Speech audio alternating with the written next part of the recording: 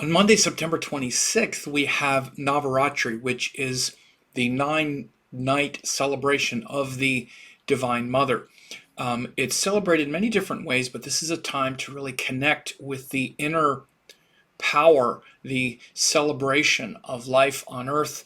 And the most popular way to celebrate this usually is through honoring the Trimurti, or the three aspects of the Divine Mother, in the form of Durga, Lakshmi, and Saraswati. This is a page from amritapuri.org, which is the website of Amachi, the hugging saint of India. This is a fantastic website. I'll have this article linked below. And this shows how in many ashrams around the world, also in yoga ashrams, for example, this is from the Los Angeles Shivananda Yoga Vedanta Center in Los Angeles. They also have a puja schedule on Monday, September 26th, 27th, and 28th, where they're doing the puja to Durga, then on the next 3 days to Lakshmi, then on the last 3 days, Saraswati. Honoring the goddess in these three forms allows us to connect with that embodied reality that we're living here on earth, where everything is said to be a manifestation of the Divine Mother.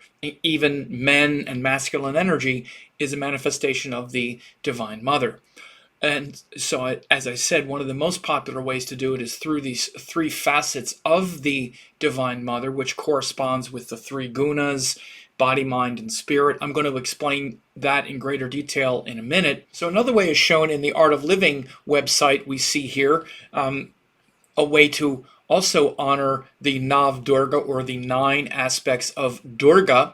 Again, you see here that we just have Durga here as the main deity and entity here of Navratri, but there's also a way to just celebrate the 9 forms of Durga, called Navadurga, in 9 of her facets. So rather than going Durga, Durga, Lakshmi, Saraswati, we just celebrate 9 aspects of Durga. First day is in an aspect called Shalaputri, then Brahmacharini, then Chandraganta, then Kushmanda, then Skandamata, then Katyayani, then Kalaratri, then Mahagauri, then Siddhidatri. These are 9 aspects of Durga also. So this is another way that people celebrate Navratri, or the 9 nights of Durga. You can do either way, or either one. But then there's also the 10th night, which is called Vijayadashmi, or Dussehra, and we have this one. I think it says down here where we have the 10th day is called Vijayadashmi, where devotees also perform the Saraswati Puja and invoke the blessings of Saraswati, and we celebrate her victory over the demon Mahishasura. So those of you who understand Indian cosmology and Indian celebrations and stories understand that this fierce form of Durga, which is also why you see in this aspect of the 9 forms of Durga, we're just celebrating Durga. 9 aspects of this fierce form of Durga, who is sitting on the lion with these weapons, with this sword, and with this stabber, this trishula and fire and whatnot, is that Durga is the fierce form of the Divine Mother, and that fierce form that protects us against our own ignorance, our own darkness, and in many ways this is a celebration of Durga. But in the first example that I use, when we move from Durga to Lakshmi to Saraswati, these are also aspects of Durga, or of the goddess, of the Divine Mother. Might sound confusing. It's really not, because these are all in many ways the wife of Lord Shiva, and that fierce form of life that we embody and that we need to transform out of from darkness into light. So there are layers upon layers of meaning in the Indian pantheon, and especially when you get into things like the Divine Mother worship. Lakshmi is an aspect of Durga. Saraswati is an aspect of Durga. They're all an aspect of also Parvati, who is Shiva's wife in all her fullness. Durga is the fierce aspect of that. Lakshmi is the loving mother quality, and Saraswati is the wisdom quality. So it's all really just a manifestation of, frankly, masculine and feminine energy, where the masculine is the force of energy, like electricity, right? You need the force first. You need that energy there, but the energy doesn't take form until you give it the creative principle, which is what the goddess is, which means all that energy for creation, all that creative potential is here, whether there's a universe or not. So in the Indian creation myths, Shiva was there with no real universe. All of the gods and the entities and were all there. All that potential was there with nothing manifest until the goddess came. And then the goddess was created to manifest this. So underneath all of the creation and the appearance of everything that you see is all the goddess. But behind the goddess is the god, which is giving the energy for the goddess to be the creative principle. So within that, we have many aspects of the goddess, who is the form of the god, so to speak, which is the energy of the cosmos itself. So there are many ways to approach that. This is mainly a Durga festival, though Durga, because she's the primordial power underneath it all. Just like Shiva is the primordial energy of creation and also destruction, or that inert state where there's nothing that exists or need to exist. That's what Shiva is. Shiva is the unmanifest power of creation. Even when everything is gone, there's still Shiva, or what's called Sada Shiva. Sada Shiva, which is also my spiritual name, is the energy of creation. In between yugas and in between states, there is still creative energy there. So that unmanifest creativity and energy of creation is what Shiva represents. That's why you see Shiva as a deity by himself, meditating, nothing else around, in its purest form, right? Shiva in that context. But his wife is the manifestation where that power now becomes a fierce form to create life and also destroy that which is ignorant and to protect life. And this is related to the tamasic guna.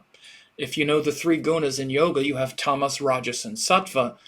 And often it's incorrectly judged that tamasic guna, or tamas, is a bad one. It's not bad. It's the protective quality to protect life, to sustain life, and to destroy and remove the ignorance. And so that's what Durga is. You see this lion, you see these weapons. They're not to hurt you. They're to hurt the Mahishasura, which was the great buffalo demon. There's a great story called the Mahishasura Mardini. She's the Mahishasura Mardini. Mardini, the goddess who kills the Mahishasura, or the buffalo demon. And the buffalo demon is your ego.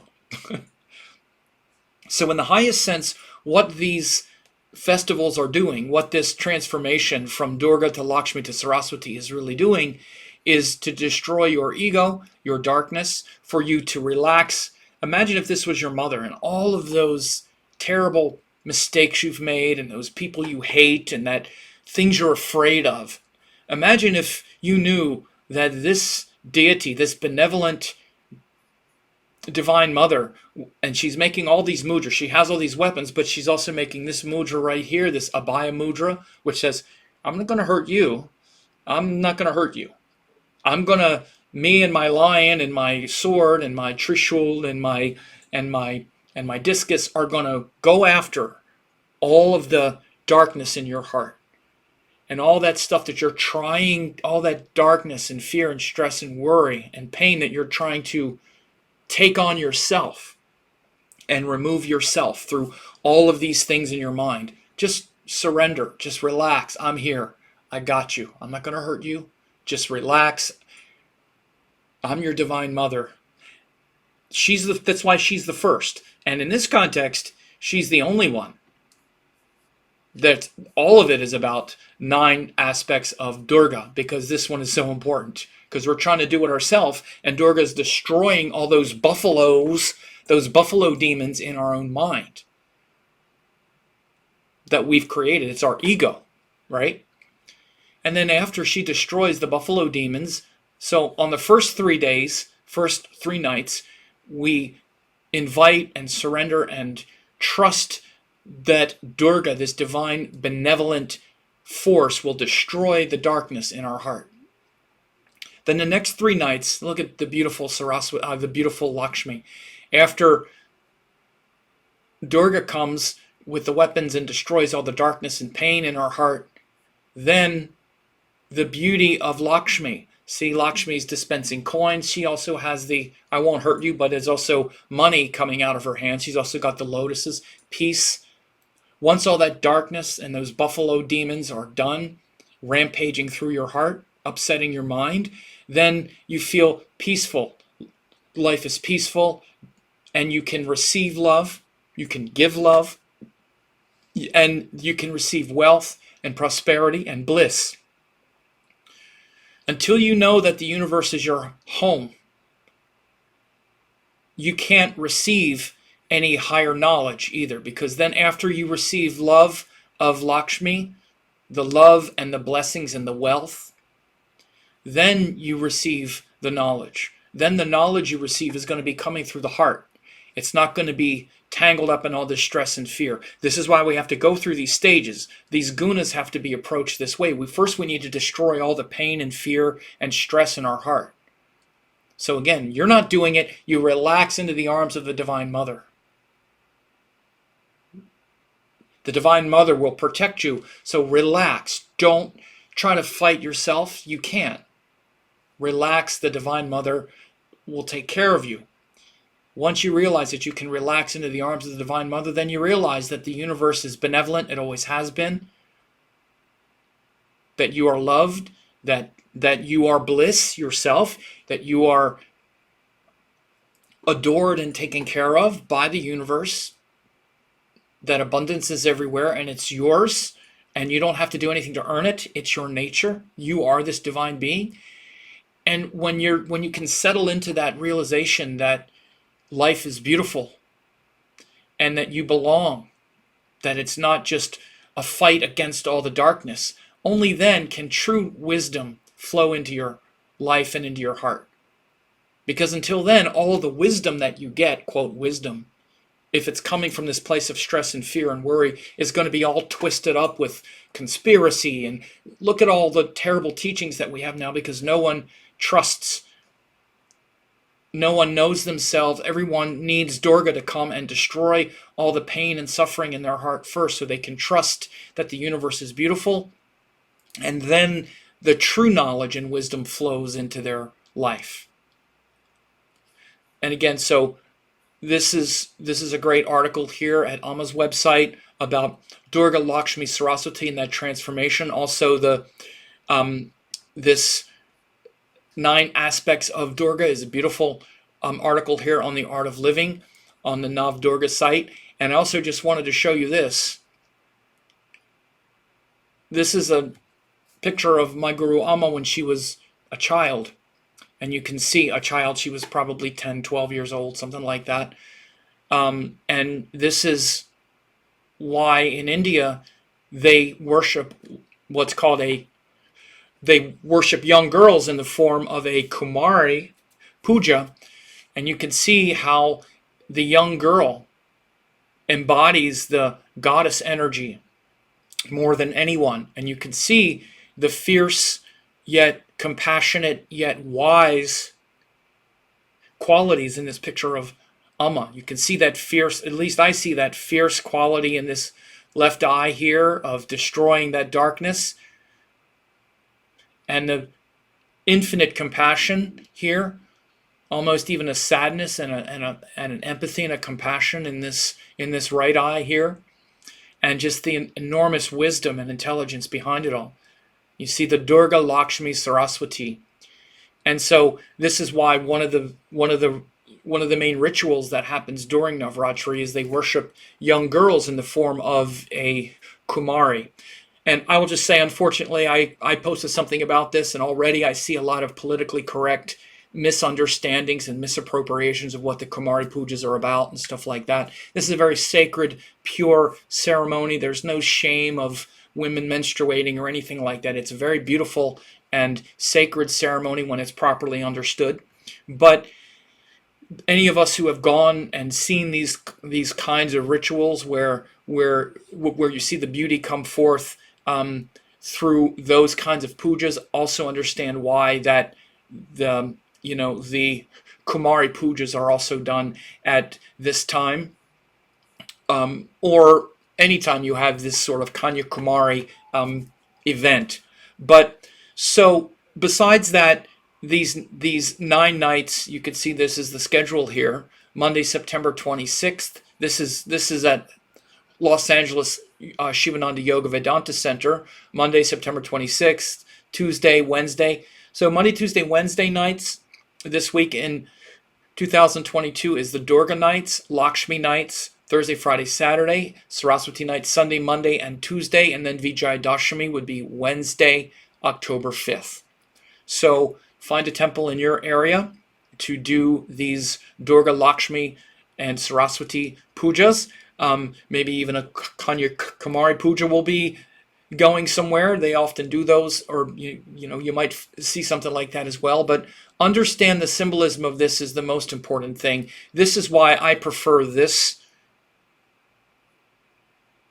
type of worship. I was trained in my yoga teaching through the Shivananda organization, and Amma is my Sadguru, and this is the way they also do it.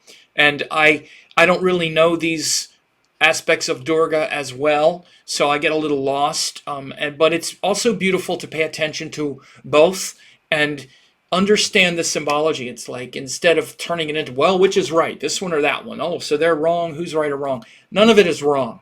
It's still 9 nights. There's either 9 aspects of Durga, or you can do the Durga Lakshmi Saraswati as an evolution through the gunas. But the most important thing is that this is the time when you are being compelled to let go of your preconceptions and your preconceived notions about how you can take care of it all yourself. You can figure it all out.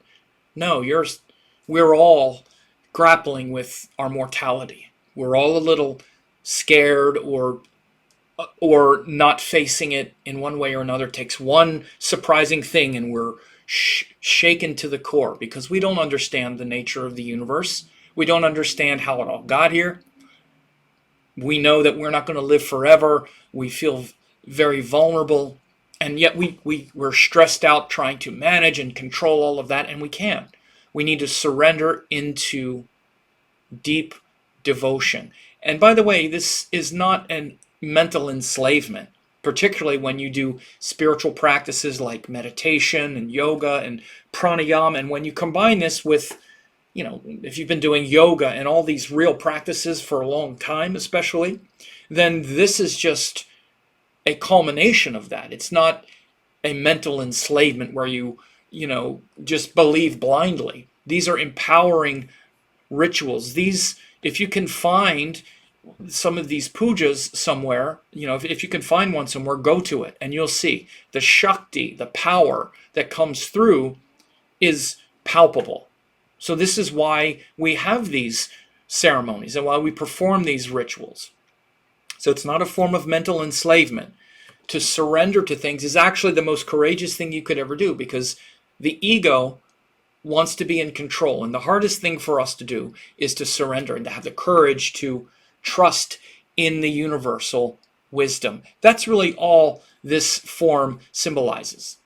It's just literally doing what I said at the beginning, which is saying, I realize that I don't have it all figured out, and I'm scared. I don't really know what to do. I don't know how this is all going to work, and I trust that the universe is a benevolent, powerful force.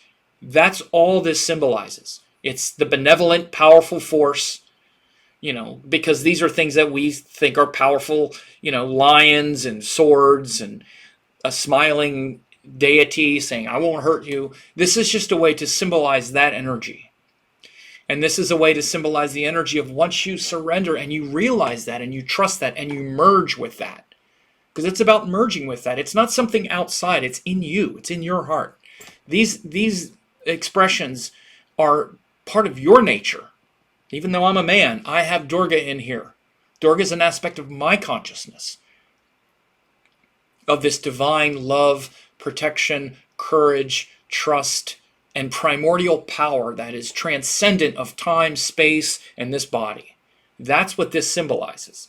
And when I connect with that, then this is how the universe feels. It feels like the most beautiful lotus, abundant, the most beautiful, blissful, joyful experience. Once I can connect with that source of power that realizes, no, I'm not in control, and that's fine. I'm right where I need to be. Then this is the state of mind that comes next. And then once that state of mind is there, then this is what flows. Whew. The wisdom just flows when there's love and devotion, and there's no ego trying to control things. There's just acceptance, love, bliss, devotion. Then the knowledge, the true wisdom flows in. And you can receive the wisdom. You can receive the blessings. And until that happens, we think we have blessings and wisdom, and it's not. It's just a bunch of ideas that are built upon a fearful, stressed out, greedy situation. Because again, Lakshmi isn't just giving money. Again, this is why Lakshmi's energy has been very misunderstood. Because it's dispensing coins, people will get Lakshmi puja just because they want money. But that's like people going to a guru like Amma because they want money, and instead of wanting the true wealth, which is spiritual knowledge, joy, bliss. So this is the transformation that can happen, and the transformation that is coming over the next 3 days if you can sink into that. Durga, that strong protective force of life that removes the obstacles, very much even like a Ganesha in that context, but more active, because you have a lot of worries and stress and fear, and you evoke the power of Durga to come in. And when you hear the mantras and the chants to Durga, like the Mahishasura Mardini, Stotram, and the Chandipat, and all of these mantras, these long mantras to Durga, that evokes the energy of her destroying all of those